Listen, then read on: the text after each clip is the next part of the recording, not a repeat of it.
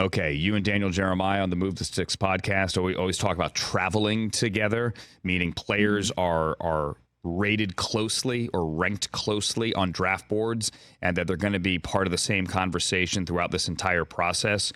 I think it's going to surprise people that you guys have Rome Odunze right up there, the kid from Washington, with Marvin Harrison. Yeah, no, I think a lot of people will be surprised until they really look at the Washington standout.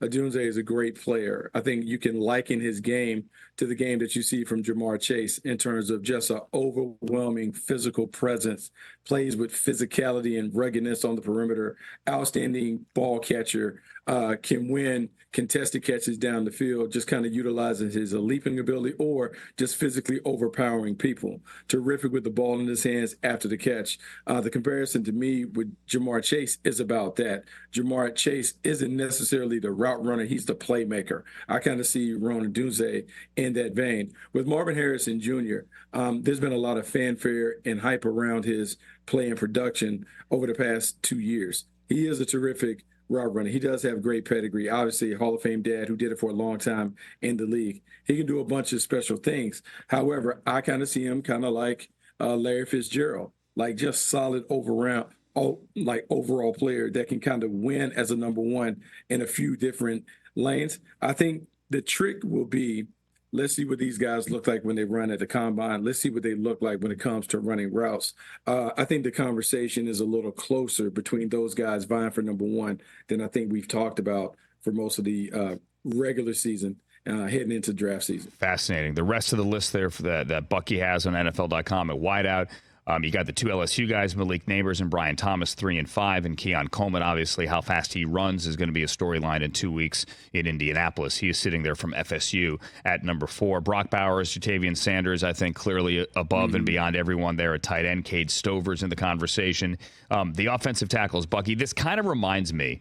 And your rankings, by the way, Joe Alt, Notre Dame, Olufashanu from Penn State, number 2, Taliesi Fuaga from Oregon State, the right tackle at 3, Mims from Georgia at 4, and then J.C. Latham from Bama at 5. Bucky, does this remind you a little bit of 2020 when it was Wirfs and Thomas and Wills and Becton? And I think a lot of teams, they certainly had preferences, but a lot of them were just like, I'm cool with one of those guys, but they're all going to go reasonably early.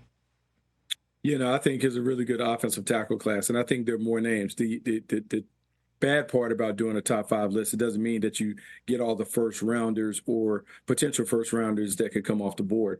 But when you look at the class from top to bottom, just rock solid guys that are plug and play guys that have length, guys that have the physicality and toughness to move people off the ball in the run game, but they still have the patience and nimble feet to be able to do it in the pass game. I think if you're stuck in, and when I look at this draft class, ton of wide receivers, ton of offensive tackles, there are a few edge guys, and then it's loaded at cornerback. Those are the strengths of this year's draft.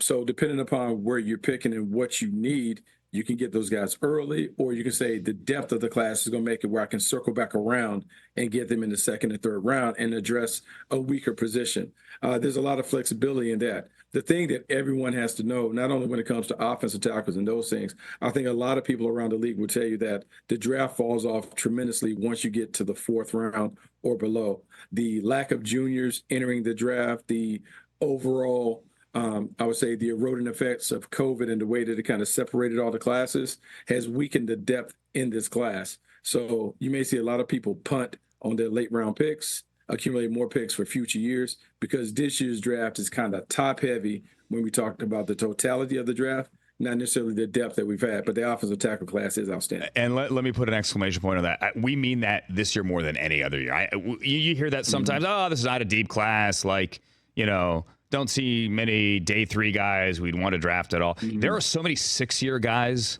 in this draft, so many guys that should have been in the draft that went back to school.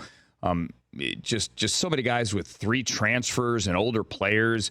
This is one of those odd drafts where you're going to see a lot of teams on day 3 trading down and trading out and punting until next year. Catch the Rich Eisen Show every single day on the Roku channel, 12 to 3 Eastern, for free.